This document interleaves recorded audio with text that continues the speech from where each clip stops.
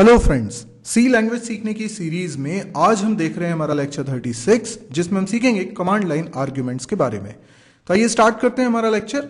सबसे पहले मैं बात करूंगा कि कमांड लाइन क्या होती है। इसको समझने के लिए पहले एक क्वेश्चन का जवाब दीजिए। आप कितने तरीके से प्रोग्राम को रन कर पाते हैं? यानी आप जब सी लैंग्वेज में प्रोग्राम बनाते हैं तो उसको रन करते कैसे हैं? तो आप में से कुछ लोग हो सकता है टर्बो 3.0 आईडी का इस्तेमाल करते हों, कई लोग कोड ब्लॉक्स आईडी पे काम करते होंगे, या कुछ लोग डेवलपर सीपीपी पे काम करते होंगे। आप जिस भी आईडी पे काम करते हैं, आपको हर आईडी फैसिलिटी देता है प्रोग्राम को रन करने की। तो शायद आपका एक्सपीरियंस वही होगा, लेकिन क्या आपको मालूम है इसके अलावा भी प्रोग्राम्स को स्टार्ट कर सकते हैं? तो चलिए पहले तो हम बात करते हैं कि आईडी के द्वारा कैसे प्रोग्राम को रन किया जाता है। मैं यहाँ पर आईडी इस्तेमाल कर रहा हूँ कोड ब्लॉक्स। ये कोड ब्लॉक्स आईडी है और मैंने इसमें एक फाइल ओपन की हुई है test1.c, जिसके अंदर मैं एक सैम्पल प्रोग्राम बना रहा हूँ जिसमें सिर्फ लिख रहा हूँ printf हेलो। देखिए, आप डेफिनेटली यहाँ पे कमांड लाइन आर्ग्यूमेंट्स के बारे में पढ़ रहे हैं, लेकिन आज आप कुछ ऐसी भी बातें सीखेंगे जो हो सकता है आपके लिए नई हो, चाहे आप काफ़ी समय से सी लैंग्वेज क्यों ना यूज़ कर रहे हो। तो आप लोग बहुत ध्यान से देखिए, ये वीडियो बहुत काम का है आपके। यहाँ पे अभी मैंने एक प्रोग्राम बनाया जिसमें सिर्फ एक लाइन लिखी है printf हेलो। अब मैं इस प्रोग्राम को रन कैसे करूँगा? तो यहाँ पर बिल्ड का एक ऑप्शन है। अब यहाँ बिल्ड क्या होता है?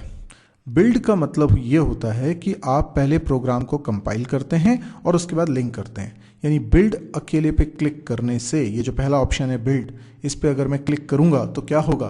प्रोग्राम कंपाइल होगा। कंपाइल होने से क्या होता है? जब आप सी लैंग्वेज का कोई प्रोग्राम बना रहे हैं तो वो एक फाइल है, जैसे कि मैंने एक प्रोग्राम बनाया है जिसका नाम रखा है test1.c। अब ये जो फाइल हमने बनाई है ये सोर्स फाइल कहलाती है। क्या कहलाती है? Source file. अच्छा, जैसे ही आप बिल्ड ऑप्शन को सेलेक्ट करते हैं, सबसे पहले प्रोग्राम कंपाइल होता है। कंपाइल होने से आपकी ये फाइल कन्वर्ट हो जाती है, या ये कहें कि एक नई फाइल बन जाती है जिसका नाम होता है test1। जो आपने अपनी फाइल का नाम रखा है वही .o। This is called object file. Object file, ठीक है। ये एक इंटरमीडिएट फाइल है। इसमें आपके कोड का ट्रांसलेशन हो गया है ऑपरेटिंग सिस्टम अंडरस्टैंडेबल लैंग्वेज में, लेकिन इसके बाद एक और काम होना ज़रूरी होता है, दैट इज लिंकर चलेगा। लिंकर क्या है? लिंकर भी एक सॉफ्टवेयर है। लिंकर सॉफ्टवेयर क्या करेगा? लाइब्रेरी फाइल्स, जो लाइब्रेरी फाइल्स होती हैं .lib एक्सटेंशन वाली, उनका कोड आपके ऑब्जेक्ट कोड के साथ मिलाएगा।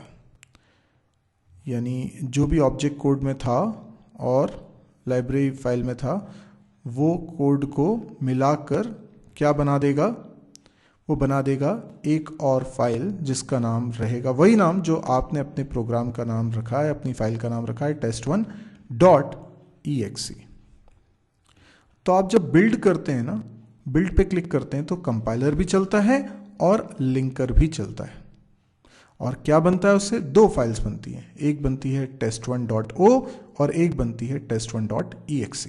ठीक है, ये क्लियर है आपको? जैसे ही आपने बिल्ड ऑप्शन को सेलेक्ट किया, ये दोनों काम होते हैं। अगर आप बिल्ड ऑप्शन सेलेक्ट करते हैं तो प्रोग्राम रन नहीं होगा, सिर्फ exe फाइल बन पाएगी। exe फाइल क्या है? exe फाइल ही आपका सॉफ्टवेयर है।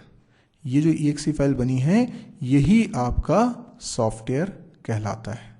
तो अगर मान लीजिए आप सॉफ्टवेयर बना के किसी को देना चाहते हैं तो आप ये अकेली फाइल देंगे, आप ये .c फाइल और .o फाइल ये सब नहीं देंगे। या आपके क्लाइंट के पास, जिसको आप सॉफ्टवेयर दे रहे हैं, उसके पास कोड ब्लॉक्स सॉफ्टवेयर हो, ये कोई ज़रूरी नहीं है। उसे कोड ब्लॉक्स की ज़रूरत नहीं है, क्योंकि हम उसे क्या देने वाले हैं? exe file which is called software. अच्छा, आप मुझे बताइए, आपके कंप्यूटर पे और भी तो सॉफ्टवेयर्स होंगे। जैसे आपके कंप्यूटर पे कोई वीडियो प्लेयर होगा, या हो सकता है नोटपैड है, या आपके पास कैलकुलेटर है। ये सब क्या है? सॉफ्टवेयर्स हैं। ये सॉफ्टवेयर आप स्टार्ट कैसे करते हैं? आप कोई फाइल होती है उस पर डबल क्लिक करते हैं और स्टार्ट हो जाता है। यस, तो किसी प्रोग्राम को स्टार्ट करने का एक तरीका डबल क्लिक करके भी है। तो हम भी अपने सॉफ्टवेयर को डबल क्लिक करके स्टार्ट कर सकते हैं। पर क्योंकि आप प्रोग्रामर हैं, आप आईडी का इस्तेमाल कर रहे हैं, तो आईडी एक सॉफ्टवेयर है जो आपको प्रोग्राम को रन करने की भी फैसिलिटी दे रहा है। तो आप ना केवल बिल्ड करें, बिल्ड के साथ रन भी कर सकते हैं, या फिर पहले बिल्ड कर लें बाद में रन पे क्लिक कर लें, ये आपकी चॉइस। मैंने बिल्ड और रन दोनों ऑप्शन को सेलेक्ट किया। पहले मैं इस फाइल को सेव कर रहा हूँ, उसके बाद मैंने बिल्ड एंड रन का ऑप्शन सेलेक्ट करा है। आप देखेंगे प्रोग्राम रन हो चुका है और इसमें ये हेलो प्रिंट हो गया है और उसके बाद भी कुछ मैसेज प्रिंट होता है। बेसिकली यहाँ पर क्या है, हमारे प्रोग्राम को कोड ब्लॉक्स ने रन किया है, यानी मेन प्रोग्राम जो चल रहा है वो है कोड ब्लॉक्स, और कोड ब्लॉक्स के अंडर, उसके अंतर्गत आप अपने प्रोग्राम को रन करवा रहे हो। तो हमारे प्रोग्राम का जो आउटपुट आया वो तो आया, पर जो बाकी चीज़ें आपको दिख रही हैं वो मैसेज तो हमने अपने प्रोग्राम में नहीं लिखा था, जैसे प्रोसेस रिटर्न 5, एग्जीक्यूशन टाइम, तो ये लाइन तो हमने प्रिंट नहीं कराई क्योंकि हमारे प्रिंटएफ में तो सिर्फ हेलो लिखा था। हेलो जैसे ही प्रिंट हो गया हमारा प्रोग्राम तो फिनिश हो गया, तो ये बाकी की लाइंस किसने प्रिंट करी? इसका मतलब कोड ब्लॉक्स का ही प्रोग्राम रन हो रहा है और उसी ने ये आउटपुट प्रोड्यूस कर दिया। और उसके बाद स्क्रीन क्यों रुकी हुई है? स्क्रीन इसलिए रुकी हुई है क्योंकि कोड ब्लॉक्स में ऐसी कोडिंग की गई होगी कि ये स्क्रीन अभी रुकी रहे जब तक कि आप कोई की हिट ना करें। जैसे ही मैं कोई की हिट करता हूं, कोई भी की प्रेस करता हूं, ये स्क्रीन चली जाती है। तो अभी आपने प्रोग्राम को सीधे आईडी की मदद से रन करना सीखा यूजिंग आईडी। लेकिन मैं आपको बता दूं, कई स्टूडेंट्स को यही एक तरीका आता है, यानी आईडी पे ही काम करना आता है। बाकी के दो तरीके शायद उनको नहीं आते, लेकिन वो आना भी ज़रूरी है और इससे उनकी लेवल ऑफ अंडरस्टैंडिंग एकदम चेंज होगी। क्योंकि आप खुद सोचिए ना कि अगर आप किसी को सॉफ्टवेयर देंगे तो क्या सॉफ्टवेयर वो आईडी की मदद से रन करेगा? क्या वो बिल्ड एंड रन करेगा? अरे आप जब उसे EXE फाइल देंगे तो बिल्ड थोड़ी करेगा।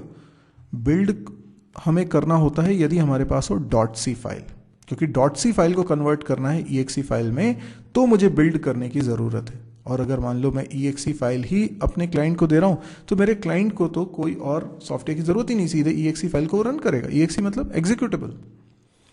तो अब EXE फाइल को चलाते कैसे हैं? तो देखिए मैं वो भी बताता हूँ आपको। ये है कोड ब्लॉक्स के सारे प्रोग्राम वाला फोल्डर मेरे कंप्यूटर में पाथ है सी ड्राइव के अंदर, यूजर्स फोल्डर के अंदर, सौरभ फोल्डर के अंदर, डॉक्यूमेंट्स फोल्डर के अंदर कोड ब्लॉक प्रोग्राम्स नाम का एक फोल्डर।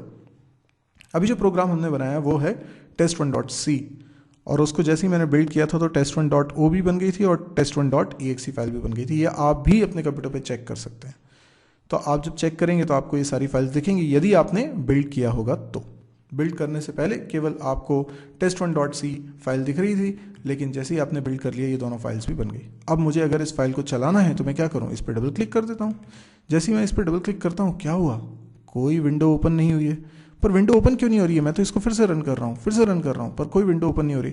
पर अगर आप नोटिस करें तो एक थोड़ा सा ब्लिंक आपको नजर आता है। ये देखिए, ये आया कुछ ब्लिंक। ये एक्चुअल में ओपन हुआ और क्लोज हो गया। क्यों? क्योंकि अब जब आप इस पर डबल क्लिक कर रहे हैं तो ध्यान रखिए कोड ब्लॉक्स नहीं इसको रन कर रहा है।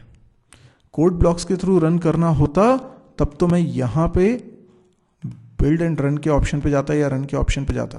तो मैं कोड ब्लॉक्स से कह रहा हूं कि मेरे प्रोग्राम को रन कर दो। तो कोड ब्लॉक्स के रन करने का स्टाइल अलग है। और मैं अभी अगर इस पर डबल क्लिक कर रहा हूं या किसी भी फाइल पे हम डबल क्लिक करते हैं अपने कंप्यूटर पे, तो हम एक्चुअल में हमारे कंप्यूटर में बैठे ऑपरेटिंग सिस्टम से कहते हैं कि इस फाइल को चला दो। तो अगर मैं इस पर डबल क्लिक कर रहा हूं तो मैं ऑपरेटिंग सिस्टम से कह रहा हूं कि इसको चला दो। अब ऑपरेटिंग सिस्टम इसको चला नहीं रहा है क्या? बिल्कुल चला रहा है, लेकिन ध्यान रखिए कोड ब्लॉक्स नहीं चला रहा है। ऑपरेटिंग सिस्टम हमारे प्रोग्राम को चला रहा है। तो ऑपरेटिंग सिस्टम ने हमारे प्रोग्राम को स्टार्ट किया, हेलो प्रिंट भी हुआ, लेकिन उसके बाद वो विंडो क्लोज हो गई। इतनी जल्दी क्लोज हो गई कि हम उसे देख ही नहीं पाए। इसलिए मैं डबल क्लिक करता हूं तो हल्का सा ब्लिंक नजर आता है, क्योंकि वो आई और चली गई, इतनी फास्ट हुआ। पर वो रुकी क्यों नहीं? रुकी इसलिए नहीं क्योंकि प्रोग्राम में एक ही लाइन लिखी थी, प्रिंट एफ हेलो, और वो चल गई। तो वही प्रोग्राम की आखिरी लाइन है, और प्रोग्राम की सारी लाइन्स फिनिश हो जाती हैं तो प्रोग्राम की विंडो, आउटपुट विंडो बंद हो जाती है। तो फिर क्या करें? और तब ये बंद क्यों नहीं हो रही थी जब कोड ब्लॉक्स के थ्रू हम इसको रन कर रहे थे? तब इसलिए बंद नहीं हो रही थी क्योंकि हमारा प्रोग्राम तो यहीं फिनिश हो गया था। हेलो प्रिंट करने के बाद प्रोग्राम फिनिश हो चुका है, लेकिन ये बाकी की जो लाइंस प्रिंट कर रहा है ये कोड ब्लॉक्स प्रिंट कर रहा है, और उसमें कुछ ऐसा लिखा है जिसके कारण स्क्रीन रुकी हुई है। तो क्या ऐसा कुछ हम नहीं लिख सकते अपने प्रोग्राम में? बिल्कुल लिख सकते हैं। प्री डिफाइंड फंक्शन होता है जिसका नाम है getch। तो मैं लिख रहा हूं getch। इसका काम क्या है? क्या स्क्रीन को रोकना इसका काम है? नहीं, स्क्रीन को रोकना इसका काम नहीं, इसका काम है यूजर से एक कैरेक्टर इनपुट कराना। तो अब हमारे प्रोग्राम में हो गई कुल मिला के 2 लाइन्स। जब प्रोग्राम रन होगा तो पहली लाइन चलेगी, हेलो प्रिंट होगा, उसके बाद getch चलेगा। पर getch का काम तब तक पूरा नहीं होगा जब तक कि हम कीबोर्ड से कोई की प्रेस ना करें। जो की हम प्रेस करेंगे वो कैरेक्टर getch फंक्शन रिसीव करेगा। तो getch फंक्शन का काम एक कैरेक्टर इनपुट लेना होता है, और जब तक उसे कैरेक्टर मिलेगा नहीं उसका काम पूरा होगा नहीं, इसलिए हमारे प्रोग्राम कंप्लीट होगा नहीं। और प्रोग्राम जब तक कंप्लीट नहीं होगा आउटपुट विंडो क्लोज नहीं हो सकती। अभी अगर मैं इस प्रोग्राम को सेव करके बिल्ड और रन करता हूं डायरेक्ट आईडी के थ्रू, तो आप देखेंगे आउटपुट आ रहा है और नीचे वो लिखा हुआ नहीं आ रहा है जो आपको पहले दिखाई दे रहा था। क्यों? क्योंकि अभी हमारा प्रोग्राम ही एंड नहीं हुआ है। जब हमारा प्रोग्राम एंड हो जाएगा उसके बाद कोड ब्लॉक्स वो मैसेज नीचे लिखेगा। अब हमारा प्रोग्राम क्यों नहीं एंड हो रहा? क्योंकि हमारे प्रोग्राम में एक लाइन printf जो लिखी थी वो तो चल गई, हेलो तो प्रिंट हो गया, लेकिन दूसरी लाइन getch अभी कंप्लीट नहीं हो पाई, तो स्क्रीन रुकी हुई है। तो हम getch का इस्तेमाल स्क्रीन रोकने के लिए कर लेते हैं, लेकिन ये मत कहिए कि getch का काम स्क्रीन को रोकना होता है। getch का काम एक कैरेक्टर लेना होता है, हमने उसे ट्रिकी वे में अपनी ज़रूरत के हिसाब से यूज़ कर लिया। तो अब जब मैं कोई की प्रेस करूंगा तो getch को वो कैरेक्टर मिल जाएगा जो मैं की प्रेस कर रहा हूं, और getch का काम खत्म हो जाएगा। प्रोग्राम जैसे ही एंड हो जाएगा कोड ब्लॉक्स वाला मैसेज मुझे दिखाई दे जाएगा। जैसे मैं की प्रेस कर रहा हूं, देखिए, ये देखिए मैंने की प्रेस करी और वो मैसेज मुझे दिखाई देने लगा जो कोड ब्लॉक्स दिखाता है, और इसके बाद प्रोग्राम एंड हो गया। अब मैं कोई भी की प्रेस करूंगा ये विंडो क्लोज हो जाएगी। लेकिन अब मैंने क्योंकि getch लिख लिया है, अब जरा ये देखा जाए कि यहां पे जो test1.exe फाइल बन गई है उस पर अगर मैं डबल क्लिक करूं तो क्या अभी भी ये फाइल, ये प्रोग्राम की विंडो रुकेगी या नहीं रुकेगी? तो मैंने इस पर डबल क्लिक किया, आप देख सकते हैं कि विंडो क्लोज नहीं हुई। जैसे इससे पहले तक जब मैंने getch नहीं लिखा था तो एक ब्लिंक आपको नजर आ रहा था, विंडो आती थी और चली जाती थी, क्योंकि printf हेलो होने के बाद प्रोग्राम एंड हो जाता था, इसलिए विंडो ऑटोमेटिकली क्लोज हो जाती थी। अभी प्रोग्राम एंड नहीं हुआ है क्योंकि getch लगा हुआ, जब तक मैं की प्रेस नहीं करूंगा तब तक getch का काम कंप्लीट नहीं होगा और ये विंडो क्लोज नहीं होगी। तो मैं आउटपुट देख पा रहा हूं, इसीलिए मैं getch का इस्तेमाल कर रहा हूं। अब मैं कोई की प्रेस करता हूं, आप देखेंगे, ये देखिए मैंने की प्रेस करी, विंडो क्लोज हो गई क्योंकि प्रोग्राम वहां पर एंड हो गया। तो आपने यहां पर अब 2 तरीके देख लिए। एक तो आईडी की मदद से रन ऑप्शन पे जाके आप प्रोग्राम को रन कर सकते हैं। वहां पे अगर आपने getch नहीं भी लिखा है तो भी कोई दिक्कत नहीं है, स्क्रीन रुकेगी, आप आउटपुट देख पाएंगे क्योंकि वो कोड ब्लॉक्स के अंडर चल रहा है। ऐसा लगभग सभी आईडी में होता है। लेकिन अगर आप उसे डबल क्लिक करके रन करते हैं, ये है डबल क्लिक का ऑप्शन, तो फिर वो विंडो ओपन होती है और getch लगाना ज़रूरी है, तभी जाके स्क्रीन को आप होल्ड कर पाएंगे, आपको आउटपुट दिख पाएगा। तो आपको ये 2 तरीके समझ में आ गए होंगे। अब मैं आपको बता रहा हूँ तीसरा तरीका जो आज का हमारा टॉपिक है, यूजिंग कमांड लाइन। तो मैं यहाँ पर कमांड प्रॉम्प्ट ओपन कर लेता हूँ। कमांड प्रॉम्प्ट कैसे ओपन करना है, आपको स्टार्ट पे जाना है, ठीक है, और स्टार्ट पे जाएंगे। स्टार्ट पे जाने के बाद आप प्रोग्राम का नाम लिख देंगे CMD, ठीक है, ये स्टार्ट हो जाएगा, ठीक है, CMD लिख के एंटर कर दीजिएगा, स्टार्ट हो जाएगा। ये वैसे MS-DOS का ही सिमुलेटर है और कमांड प्रॉम्प्ट ये इसमें हेडिंग लिखी हुई है, आप इसको ओपन कर लीजिए और इसमें वही पाथ दे दीजिए जहाँ पर आपके सारे प्रोग्राम्स रखे हुए हैं। जैसे मेरे प्रोग्राम्स कहाँ रखे हुए हैं, C ड्राइव के अंदर, यूज़र्स के अंदर, सौरभ के अंदर, डॉक्यूमेंट्स के अंदर, कोड ब्लॉक प्रोग्राम्स के अंदर। तो आप देखेंगे कि मैंने यहाँ पर भी वही पाथ लिखा हुआ है। तो इस पाथ पे आप कैसे जाएंगे, जैसे मान लीजिए आप C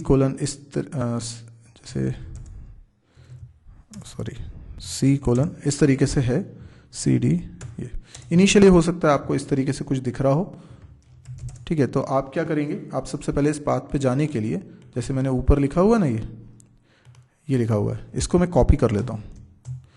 ये मैंने कॉपी कर लिया और इसके बाद अब मैं यहाँ पेस्ट करता हूँ। देखिए राइट क्लिक करता हूँ, ये मैंने पेस्ट कर दिया और यहाँ पर लिखता हूँ CD। CD stands for change directory. तो ये CD कमांड लिखी। CD कमांड लिखने के बाद पूरा पाथ लिखा है, पर मैंने C कोलन नहीं लिखा है क्योंकि ऑलरेडी मैं C ड्राइव में हूँ और मैं एंटर कर दूंगा तो मैं सीधे इस पाथ पे आ गया। अब मैं किस फोल्डर में, ये बेसिकली क्या है, ये कमांड प्रॉम्प्ट एक्चुअल में डॉस ऑपरेटिंग सिस्टम को रिप्रेजेंट करता है।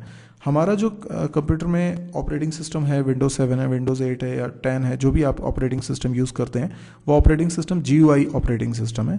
जबकि पहले के ज़माने में जब GUI ऑपरेटिंग सिस्टम नहीं थे तो कंसोल बेस्ड ऑपरेटिंग सिस्टम हुआ करते थे, यानी उसमें आउटपुट ये ब्लैक विंडो जैसी दिख रही है वैसे ही होता था, और टेक्स्ट बेस्ड कमांड आप टाइप करते थे यहाँ पर और इंटरेक्ट करते थे।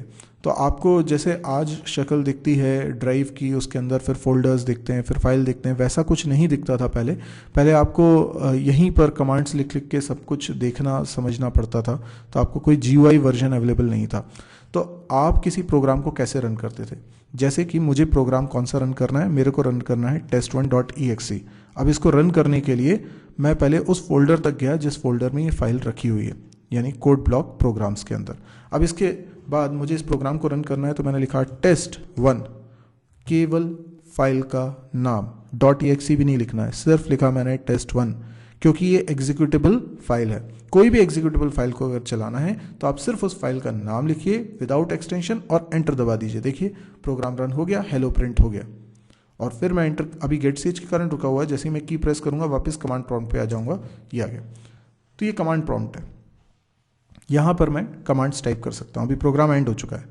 अभी मुझे क्या करना है, अब मुझे कमांड लाइन आर्ग्यूमेंट्स के बारे में समझना है। लेकिन हमको ये समझ में आया कि मैंने test1 प्रोग्राम को 3 तरीके से रन कर लिया। 3 तरीके यानी ID के थ्रू भी, डबल क्लिक करके डायरेक्ट भी चला लिया था, जो कि ग्राफिकल तरीका था। पहले के ज़माने में जब GUI ऑपरेटिंग सिस्टम नहीं थे तो ये डबल क्लिक वाला तरीका तो नहीं चल पाता होगा, लेकिन कमांड लाइन के थ्रू जैसे हमने रन किया, ये बहुत पॉपुलर तरीका शुरुआत से रहा होगा। अब ये कमांड लाइन के थ्रू रन करना अब क्यों इम्पॉर्टेंट है, जबकि अब तो GUI वर्जन्स आ चुके हैं। GUI वर्जन बहुत ज़्यादा हैवी सॉफ्टवेयर्स हो जाते हैं, उसमें लुक एंड फील ज़्यादा बेटर प्रोवाइड करने के लिए काफ़ी रिसोर्सेज यूज़ होते हैं, तो वो हैवी सॉफ्टवेयर होता है, ज़्यादा मेमोरी भी कंज्यूम करता है। जबकि कमांड लाइन के थ्रू अगर हम प्रोग्राम्स को रन करते हैं तो वो मिनिमम रिसोर्सेज को यूज़ करता है।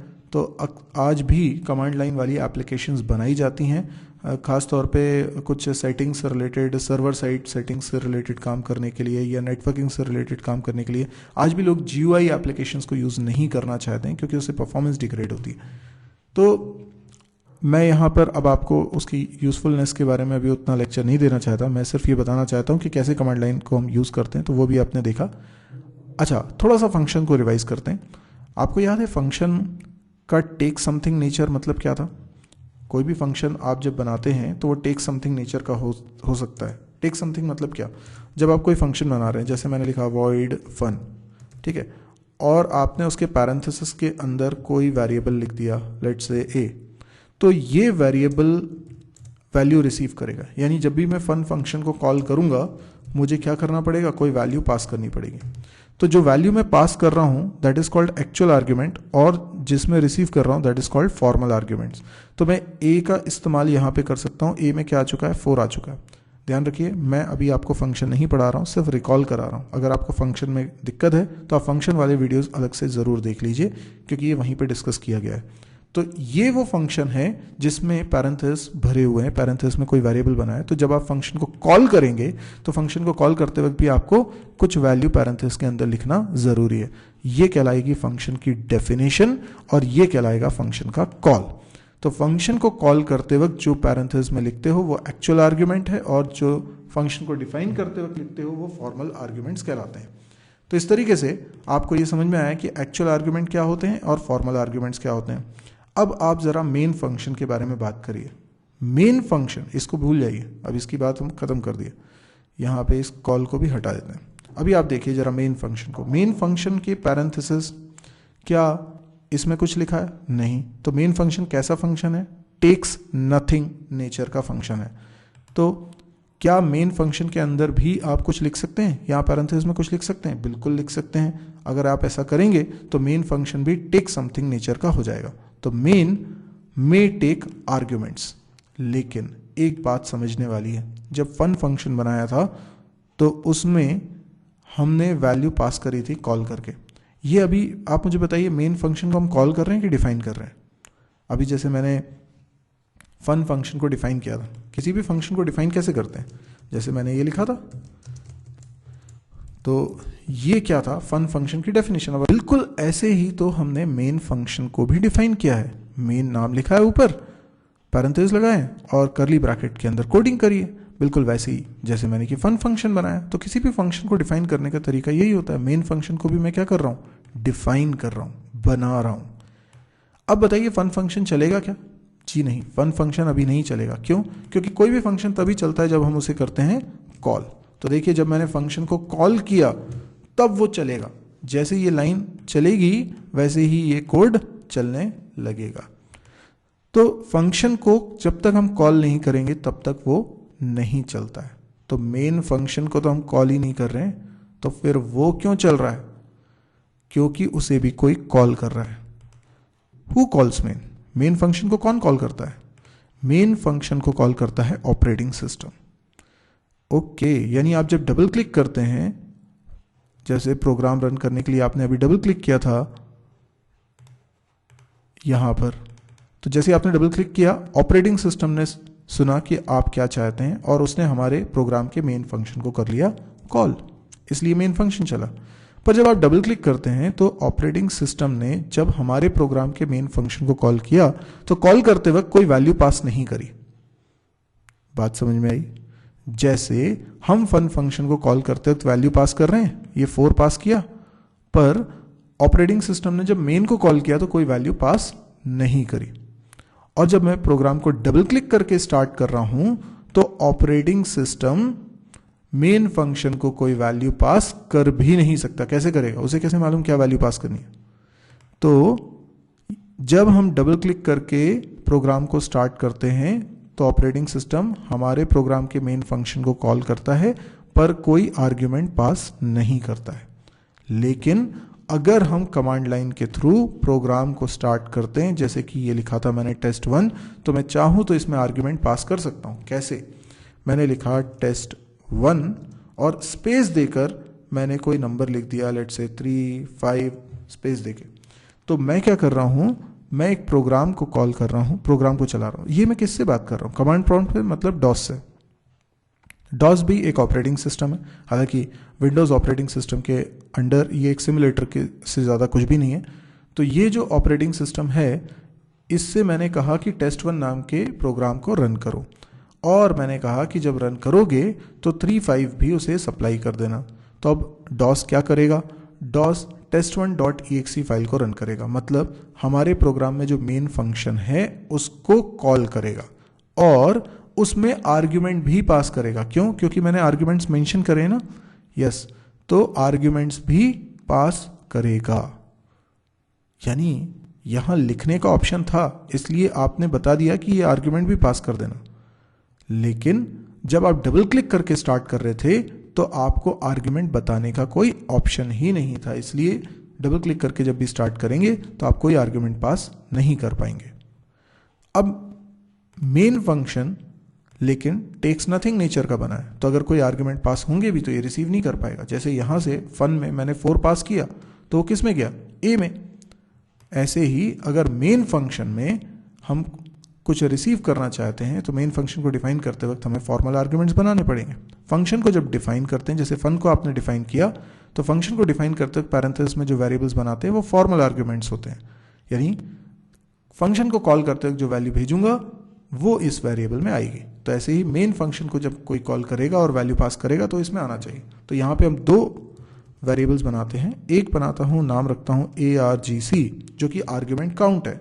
यानी ऑपरेटिंग सिस्टम यानी डॉस जब हमारे test1 प्रोग्राम के मेन फंक्शन को कॉल करेगा तो सबसे पहली वैल्यू वो क्या पास करता है? Number of arguments. आप बता सकते हैं इस कमांड लाइन में, ये कमांड लाइन है, ठीक है, ये वो लाइन है जिसमें मैं कमांड लिख रहा हूं, तो ये कमांड लाइन है। कितने आर्ग्यूमेंट्स पास हो रहे हैं? 3 और 5 2 नहीं। फाइल का नाम भी पहला आर्ग्यूमेंट होता है, तो इसका मतलब यहां टोटल मिला के 3 आर्ग्यूमेंट्स पास हो रहे हैं। ये आर्ग्यूमेंट्स स्पेस से सेपरेटेड होते हैं, तो स्पेस जैसे ही आ गया आर्ग्यूमेंट चेंज हो गया। test1 पहला आर्ग्यूमेंट, 3 दूसरा आर्ग्यूमेंट और 5 तीसरा आर्ग्यूमेंट। पर ये तीनों इंडिविजुअली स्ट्रिंग है। आप बोलेंगे 3 और 5 नंबर है, बिल्कुल ठीक है, लेकिन ये स्ट्रिंग के रूप में पास होंगे। तो जब ऑपरेटिंग सिस्टम हमारे प्रोग्राम के मेन फंक्शन को कॉल करेगा तो उसमें क्या पास करेगा? पहली चीज वो पास करेगा नंबर ऑफ आर्ग्यूमेंट्स, 1 2 3, 3 पास किया होगा। 3 किस में चला गया होगा? 3 चला गया होगा argc नाम के वेरिएबल में। उसके बाद यहां पर है कैर एरे ऑफ पॉइंटर्स, argv नाम रख लेते हैं। ये क्या है? ये बेसिकली एक पॉइंटर्स का एरे, मतलब एक पॉइंटर नहीं है, बहुत सारे पॉइंटर। और किस टाइप के पॉइंटर है? कैर टाइप के पॉइंटर है। कैर पॉइंटर क्या कर सकता है? स्ट्रिंग को पॉइंट कर सकता है। इसीलिए ये भी आपने स्ट्रिंग चैप्टर्स में पढ़ा हुआ है, पॉइंटर्स में पढ़ा हुआ है। नहीं पढ़ा है तो आप उसको ज़रूर देखिएगा। तो यहाँ पर 3 स्ट्रिंग्स हैं जो पास होंगी। तो पहला आर्ग्यूमेंट, जब ऑपरेटिंग सिस्टम ने मेन फंक्शन को कॉल किया तो पहला आर्ग्यूमेंट तो उसने पास किया नंबर ऑफ आर्ग्यूमेंट्स यानी 3, और दूसरा आर्ग्यूमेंट क्या पास किया? नंबर ऑफ स्ट्रिंग्स पास करिए, यानी 3 स्ट्रिंग्स पास करिए। पहली स्ट्रिंग किस में आ गई होगी? क्योंकि ये पॉइंटर्स का एरे है ना, ये बात शायद आपको समझने में थोड़ी सी दिक्कत हो रही होगी, तो मैं इसको थोड़ा और बेहतर तरीके से समझाता हूँ। ये जो हमने लिखा कैर स्टार argv स्क्वायर ब्रैकेट है ना, और दूसरी चीज एक और क्या लिखा था? argc, ठीक है, जो कि इंट टाइप का था। ठीक, तो जब ऑपरेटिंग सिस्टम ने मेन फंक्शन को कॉल किया तो उसने क्या पास किया? सबसे पहले पास किया नंबर ऑफ आर्ग्यूमेंट 3, और उसके बाद पास किया स्ट्रिंग्स। क्या? अब जो हमारी फाइल थी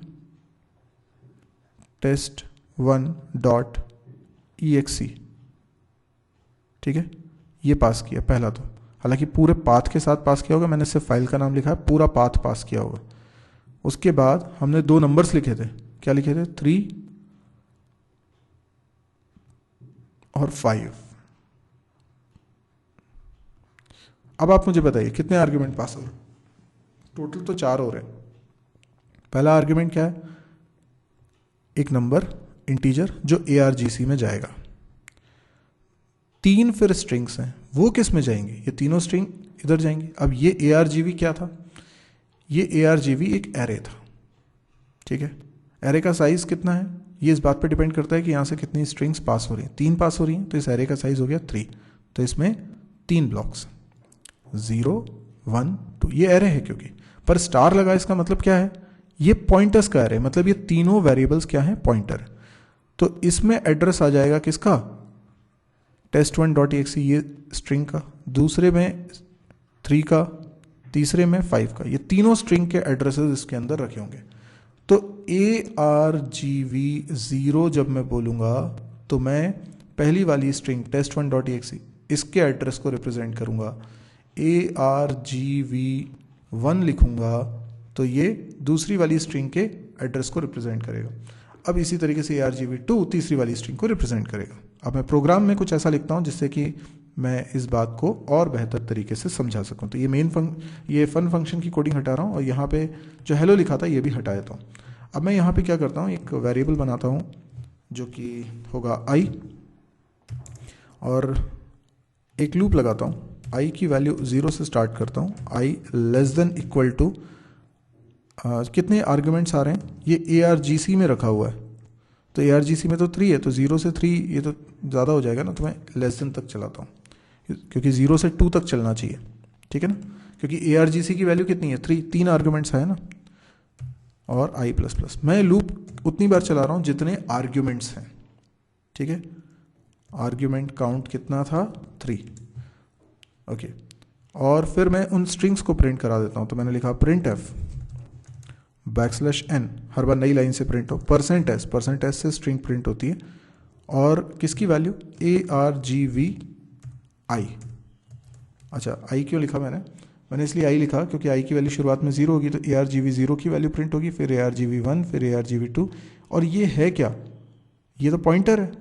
पॉइंटर मतलब यहाँ पे एड्रेस पास हो रहा है, बिल्कुल सही है। %s के साथ हम एड्रेस ही देते हैं उस स्ट्रिंग का। तो जिस स्ट्रिंग का एड्रेस आपने यहाँ पे दिया है वो स्ट्रिंग यहाँ प्रिंट हो जाएगी। तो एक बार चला के देखें। ओके, अगर मैं इसको यहाँ से रन करता हूँ डायरेक्ट, तो देखिए आउटपुट के रूप में क्या आया? सिर्फ पाथ आया। क्यों? क्योंकि यहाँ पे कोई आर्ग्यूमेंट पास नहीं हो रहा है, सिर्फ फाइल का नाम ही पास हो रहा है पूरे पाथ के साथ। क्योंकि हमने 3 और 5 लिखने का तो ऑप्शन ही नहीं था। ठीक है, अच्छा अगर मान लीजिए मैं इसको कमांड लाइन के थ्रू रन करता हूँ। देखिए यहाँ पे पहले तो ये मैंने लिखा ना टेस्ट 1 3 5, यही एग्जांपल अपन समझ रहे थे। तो कितने आर्ग्यूमेंट पास हो जाएंगे? 3। तो जब अभी मैंने आपको समझाया कि ऑपरेटिंग सिस्टम मेन को कॉल करेगा, 3 पास करेगा पहले तो 3 ARGC में आ जाएगा और उसके बाद 3 स्ट्रिंग्स पास करेगा। अब मैं एंटर करने वाला हूँ, आप देखेंगे आउटपुट। देखिए टेस्ट 1 3 5। ओके, तो पहला आर्ग्यूमेंट क्या रहा? टेस्ट 1। उसके बाद दूसरा आर्ग्यूमेंट कितना था, क्या था? ये देखिए टेस्ट 1 3 5, जो मैंने लिखा वही का वही आर्ग्यूमेंट्स उसने ले लिए। अभी अगर मैं इसको दोबारा रन करता हूँ, देखिएगा, अब मैं लिखता हूँ टेस्ट 1, उसके बाद मैं लिखता हूँ अमित, मुझे डबल कोट्स लगाने की ज़रूरत नहीं है, अमित, राहुल, रोमेश, अजय। इस तरीके से मैंने कितने दे दिए? 4 नाम दे दिए। तो सबसे पहला आर्ग्यूमेंट पास होगा, नंबर ऑफ आर्ग्यूमेंट्स कितने हैं? ठीक है, तो 1 2 3 4 5, तो 5। उसके बाद फिर एक एक आर्ग्यूमेंट। ठीक है, तो जब ये लूप चलेगा तो जितने आर्ग्यूमेंट्स है उतनी बार लूप चलेगा। तो आउटपुट देखिए क्या आ रहा है? टेस्ट 1, पहले तो जो पहली वैल्यू पास करी थी, फिर दूसरा अमित, फिर राहुल, फिर रोमेश, फिर अजय। तो इस तरीके से हमने प्रोग्राम बनाया जिसमें कमांड लाइन आर्ग्यूमेंट्स की बात समझी। हमने समझा कि मेन फंक्शन के अंदर भी आर्ग्यूमेंट्स मेंशन किए जा सकते हैं, और मेन फंक्शन के अंदर जब भी आर्ग्यूमेंट्स मेंशन करेंगे तो इसी तरीके से करेंगे। तो ARGC पहले तो नंबर ऑफ आर्ग्यूमेंट्स ले लेता है और उसके बाद फिर एक एरे ऑफ पॉइंटर्स है, तो ये कई सारी स्ट्रिंग्स के एड्रेस रख सकता है, जितनी भी स्ट्रिंग्स आप आर्ग्यूमेंट के रूप में पास करना चाहें। और फिर मैं उन स्ट्रिंग्स को अगर प्रिंट करा सकता हूँ तो मैं कोई भी कैलकुलेशन उसके ऊपर परफॉर्म कर सकता हूँ। आप ARGVI बोलकर आप ith इंडेक्स वाली स्ट्रिंग को रिप्रेजेंट कर सकते हैं। तो मुझे लगता है कि ये सारी बातें अब आपको समझ में आ गई होंगी, कमांड लाइन आर्ग्यूमेंट क्या है। Okay, you can pass arguments to the main function only when you are calling your program using command line। तो कमांड लाइन के थ्रू हमने देखा था 3 तरीके होते हैं। कमांड लाइन के थ्रू जब आप प्रोग्राम को रन करेंगे तब आप उसमें आर्ग्यूमेंट्स पास कर सकते हैं, क्योंकि तभी आपके पास ऑप्शन है लिखने का।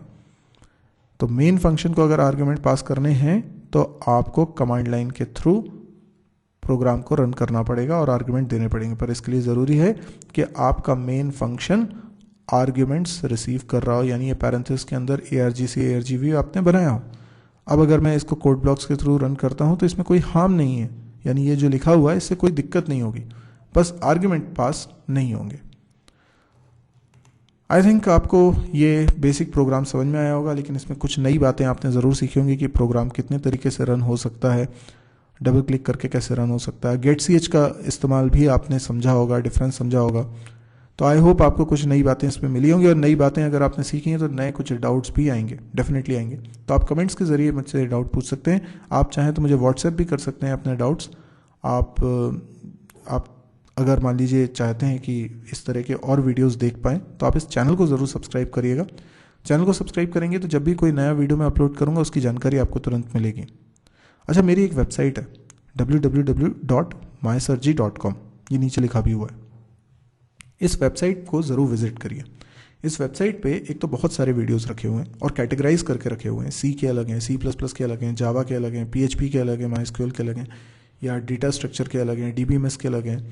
प्रोग्रामिंग एक्सरसाइज से रिलेटेड वीडियोस अलग हैं, जिसमें कि प्रोग्राम बनाना भी सिखाया जाता है कि कैसे अप्रोच को डेवलप करें, कैसे हमको क्लिक करें कि कैसे लिखना है प्रोग्राम, वो भी सिखाया गया है।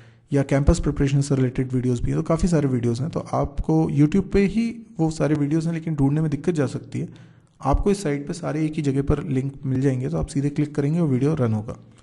एक तो ये सब कुछ फ्री ऑफ कॉस्ट है और हिंदी में, तो आपके बहुत काम का हो सकता है। अब देखिए, जैसे मैंने आप तक ये वीडियो पहुँचाया, कैसे पहुँचाया, तो मैंने सिर्फ इसको पोस्ट किया है, मैंने सिर्फ इसको यूट्यूब पर अपलोड किया है और ये आप तक पहुँच गया है। अब आपने कैसे देखा इसको, हो सकता है फेसबुक के थ्रू देखा, हो सकता है कि आपने गूगल पर सर्च किया, हो सकता है कि आप डायरेक्टली यूट्यूब चैनल पे आए हो। पर कई लोगों तक मैं इसको पहुंचाना चाहता हूं। मैं चाहता हूं कि बहुत सारे लोगों तक पहुंचे, खासतौर पे वो लोग जिनको इंग्लिश में उतने अच्छे से समझ में नहीं आ पाता और हिंदी में ही उनको कंटेंट चाहिए। तो मैं उन लोगों तक ये पहुँचाना चाहता हूँ। पर क्योंकि मैं ये फ्री ऑफ कॉस्ट पहुँचा रहा हूँ, तो मेरे पास इतना इन्वेस्ट करने को नहीं है कि मैं इसकी मार्केटिंग कर सकूँ। तो मैं इस पर खर्चा नहीं कर सकता।